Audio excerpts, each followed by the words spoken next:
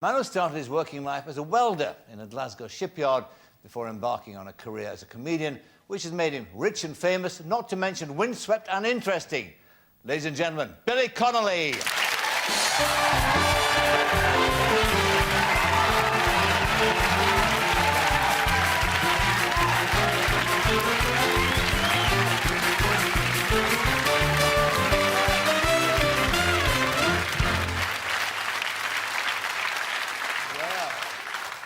Who would have thought? Who would have thought, eh? After all these years. This is déjà vu. Absolutely, it certainly is, my word.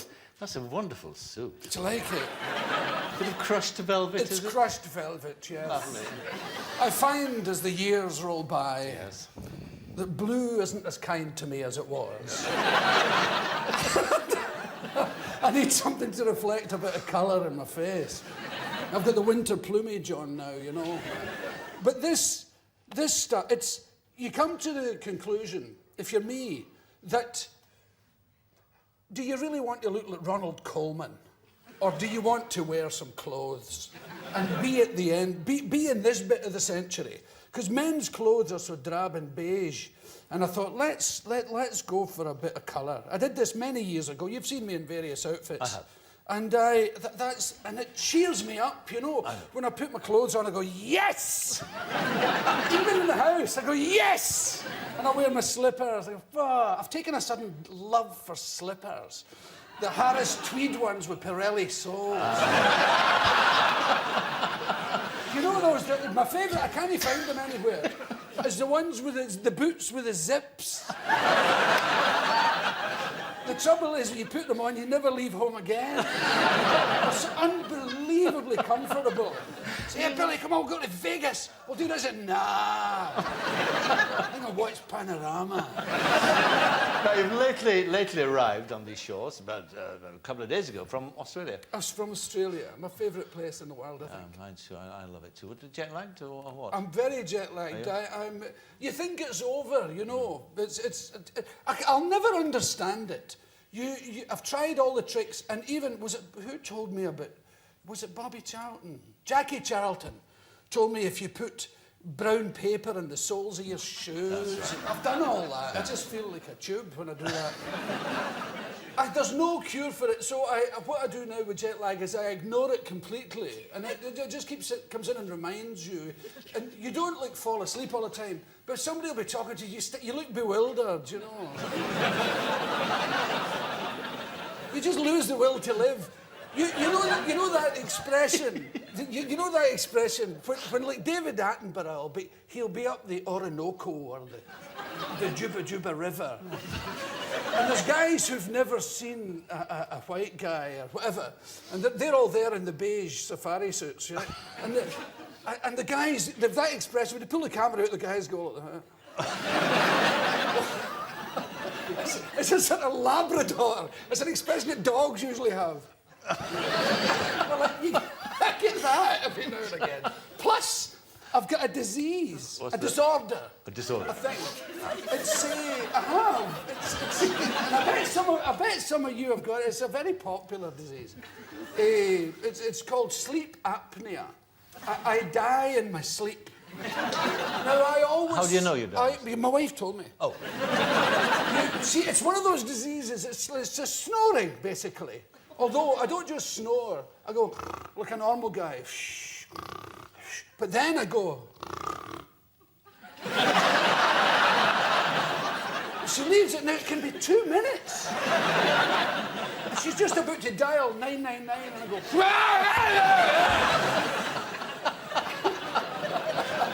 You must be fun to live with. And she told me, well, you don't believe you've got it. And I said, you know, like people say, you snore. You say, nonsense, like you know. Like you're awake when you're sleeping. So you know. But this is a disease that men get mostly. But it affects women. Because they're awake when it's happening. And you don't know. It's like that, what's that disease you get when you're old and daft? What, Alzheimer's? Alzheimer's. Yeah. Right. You know what I mean? I hope I get Alzheimer's. Why? You know, when I'm old. Because everybody I know who's got it's perfectly happy.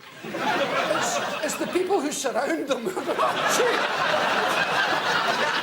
He doesn't know me. He doesn't know me.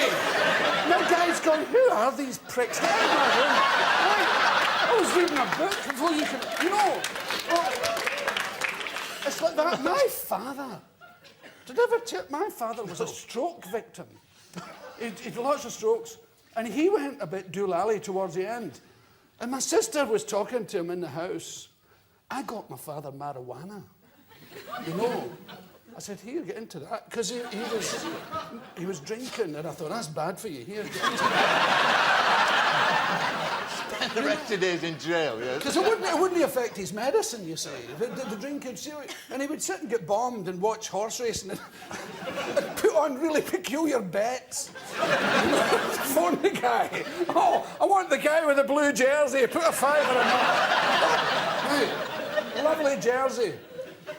My sister was talking to him and he went, excuse me, and he went and he got the frying pan out and he had a pea in it. Now, my sister was distraught, but it must be said, my father was perfectly happy. And this should be, well, I've got sleep apnea. And sleep apnea affects your partner. It's a bit like PMS, women get it and it affects men. You know the kind of thing. So, women get away with murder now when they get that. You can murder the guy and say, oh, it's PMS. Oh, fine, away. An hour and a half of community service. The guy's in the graveyard, isn't it? Right, so I've got sleep apnea and I do this. I went to cut to the chase. Cut to the chase, because I want the things I want to ask. Right, I went to the doctor. I should have known better. He put a light up my nose and a tube thing down my nose. And he says, no, there's nothing wrong with your throat, nothing wrong with your nose. He says, it's obviously the way you sleep. He said, practice lying on your side and put a pillow there and see if that, and it'll stop you rolling on your back because the problem comes when you're on your back. And he says, a lot of guys now, he says, you get a T-shirt with a pocket in it and put a tennis ball in it and put it on backwards. And so the tennis ball irritates you, and when you lie on your back, and so I said, I'll try that. So I was in Australia and I thought, I'll go for the quick cure. I'll cure myself while I'm away from home. So I bought a rucksack. a plastic one. I said, I'll put a football in it. It seemed sensible at the time. But in the shop, it was all full of newspaper, the back. I said, just leave that in. He said, I'll take it out for you. I said, no, leave it all in. He said, why do you want that? I said, you'd never believe me. Right? And I tried it in Australia, but I kept waking up. I was sort of falling off it. As I was rolling over on my back, I'd plummet to my death. It was a nightmare. So I now do it with an apple. I put an apple in my T-shirt pocket. And in the morning, the apple's kind of warm, and you can eat it before you get up.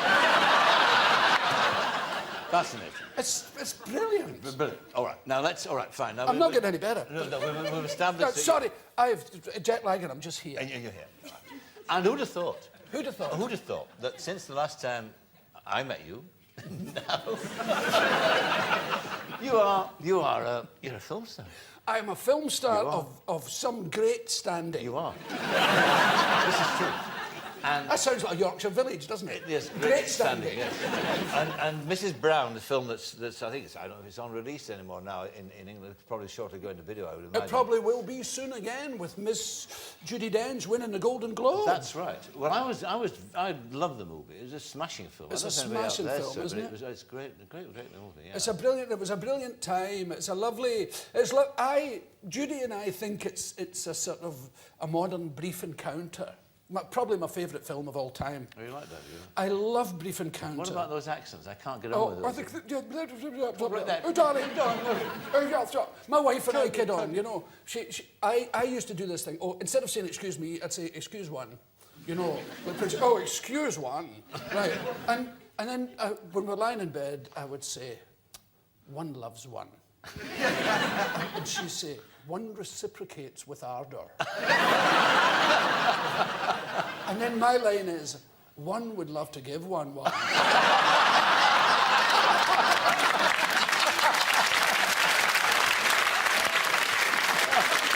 See, How is Pam, by the way? Oh, Pam's great. She's a shrink now. Actually, I know it's Dr. Connolly. Dr. Connolly. She gets to analyse me on a daily basis.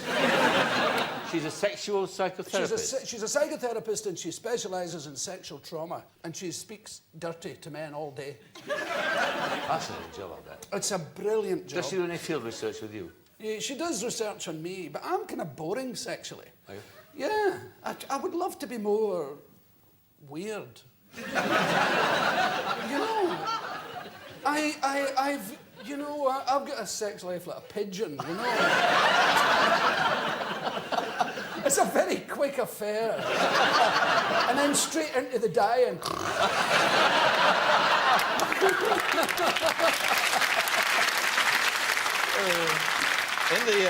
I always wondered, you know the guys with handcuffs and whips and suits of armour? You know, a wetsuit and a fireman's helmet. You'll get used to my little idiosyncrasies, he said. Heating the branding iron in the fire. Be with you in a second, my dear. You know, I couldn't, I'd laugh. It's the one thing you mustn't do in sex is laugh. I've always found. If you're banging away there, and you're so, you know, the whole thing, for men, the whole thing, and I think it's a strain on men. It's an unnecessary stress and strain. See, we hear about women this and women that, women da-da-da, and women da-da-da. Hey, usually from somebody in a crew cut in a boiler suit. Saying, I'm fed up being treated like a sex object. What? I thought you were a plumber. Making wine, man, typical man. Hey, the stress on men to bang away for days. Days. Jeez, you look at your watch, you're sweating, the tattoos are sliding onto your floor. Praying for daylight. And you're trying not to ejaculate seems to be the whole business. God, I wish I could just do this and snore and die.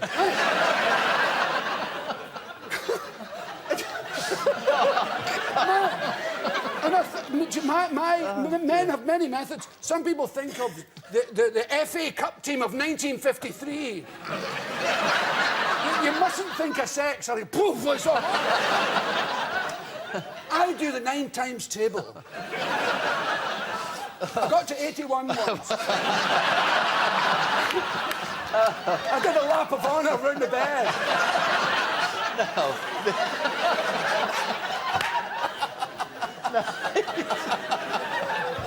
I was about to go on. I was on a serious line of inquiry. What was it? Serves you right. Serves me right. I should know better. But the movie, yes, I know. No, but no, I mean. No, the brief encounter. But I mean, since then, what's happened to you is that you had lots of offers. Yes. And I mean about movies.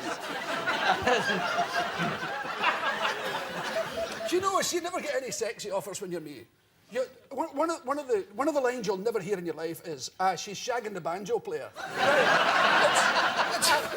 It's just, I'm kind of asexual, a non-event sexually.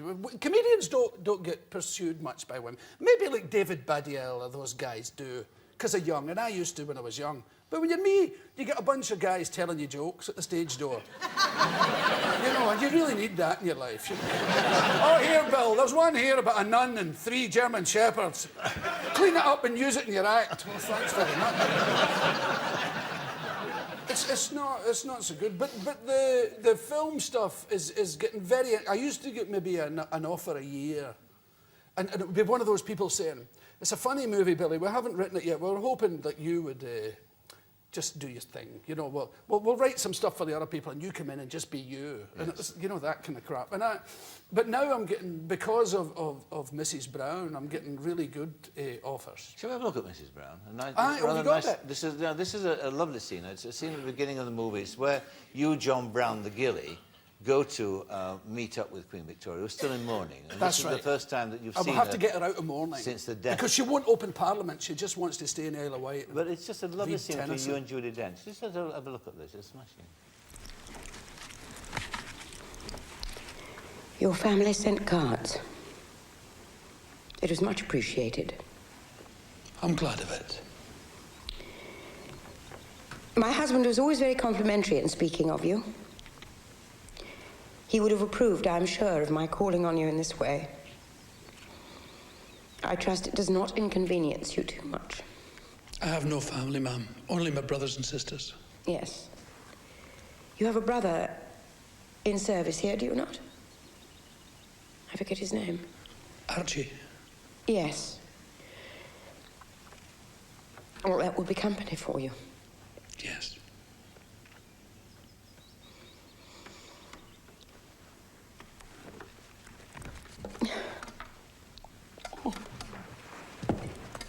Honest to God, I never thought to see you in such a state.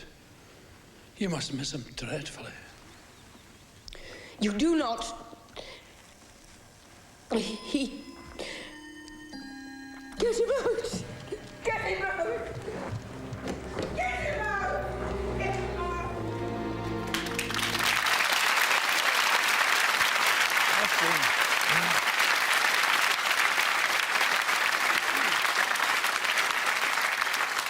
A lot of nice quiet playing there with the eyes and that sort of... Aye, there was a lot of that, and it was very difficult for me. I'd never done anything like that before. But working with Judi Dench is extraordinary. I'd read a lot of things about acting and that method stuff, and it keeps saying, don't act. Whatever you do, don't act. Be you, be you. Get into the character and then be yourself. Don't be caught acting. I thought, my God, how do you do that? And then working with Judi, she does it constantly and she can instantly do it. You know, you can be having a joke over here because she roars and laughs all the time.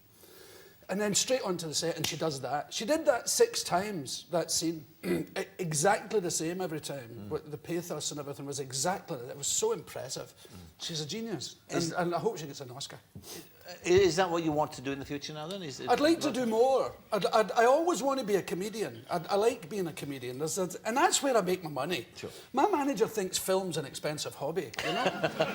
It's because you don't get much money unless you're, of course, you know, one of the big shots. But I'm not one of the big shots. And so I love doing it. I love the exercise. I love the discipline of it. But I want to be a comedian always till I'm an old guy. But what's left for you to conquer in terms of comedy? I mean, I don't really look at it like that. You don't? No, I get as much from Shetland as I do from the Albert Hall. Every bit as much, maybe more. Maybe more. But I used to do the seaside in winter. That was always my favourite. Doing Ramsgate and all that in the middle of the winter. And it's just a brilliant thing to do, you know, as you're driving up to the theatre and the foghorns are going at the seaside and it's looking all misty and the people are all huddled up and you go in and it's hot and you go and they're all crying and laughing.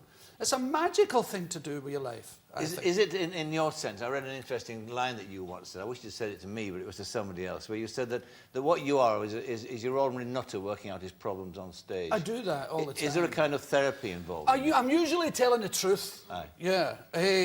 Exaggerated out of all, you know, context, completely usually. But it's usually the truth. I did a thing about my father taking my picture at the seaside. Do you remember that routine where he would get my sister? I could never work the camera. Yeah, I could never see him in it. He would say, there was one of those box jobs. And he would say, for God's sake, look in it properly. And I'd look at it, oh, Christ, I can't see. I could only see myself looking back, you know. And he would be with my sister and he'd say, wait here. And he'd go up and he'd whack me, you know. Now take the bloody picture, right? And he'd go back. And I would cry. I would explain to the audience that I did that yodeling crying. You know that you've probably had children, or maybe you've done it yourself. You know, what's wrong with you? What the hell's that? What are you saying? Well, I was doing it one night and I burst into tears. Really? Aye, I was too close. Yeah. I was doing it too well. On the edge of reality. I had forgotten to step back a wee bit. Yeah. You must always be, it's like singing the blues. You should be doing it from the outside looking in. You shouldn't be in there, inflicting everybody with this. Well, what about, just finally, because it seems to me that the two of you, I've got David Attenborough coming in just a moment, one thing you've got in common that you share is an immense enthusiasm for what you do. You never lose that, do you? I don't. You never get jaded about what I have it for life generally. You do? In my life in general, I'm an enthusiast. That's why I love America and Australia, the land of the optimist. I love optimism. I loathe pessimism. And it's funny when you come back to Britain, when you live elsewhere, and you put on EastEnders or something. I think, my God, what's wrong with the lighting, you know? God, creeping about, these dull people lurching from one scene, from AIDS to divorce to junkies. You say, come on, lighten up a bit. You know, and I'm a real believer in optimism and showing... And I love to tell kids, I love when I'm in Glasgow and say, listen, you could do this. I know it's a fancy suit and all that. You could do this easy. Because I used to be I lived in a housing estate. You can do it. All you need to do is want it. So they should be telling children to want it. Aim as high as you like. You can get... Americans do it constantly. Australians do it constantly. Should encourage children to be optimistic. Because if you just keep drearying them down, that's the result you're going to get. Because I believe you get what you believe you're going to get. If you believe it, it will happen. I'm living proof. It's the truth, I'm telling you. A bit of talent involved there as well. Oh, yeah, but the talent... talent doesn't fall on you. No, you have to learn it. There's a gift there as well. Well, they used to say that about guys, the football players at school. There was a gifted guys and there was a not quite so gifted. Fine. Oh, you've got to follow it through. Yeah. Oh, sure. You have to practice and do it, and yeah, it's lovely. Shall we bring the second guest on now? Aye. Shall we? Oh. In the meantime, Billy Connolly, thank you very much indeed.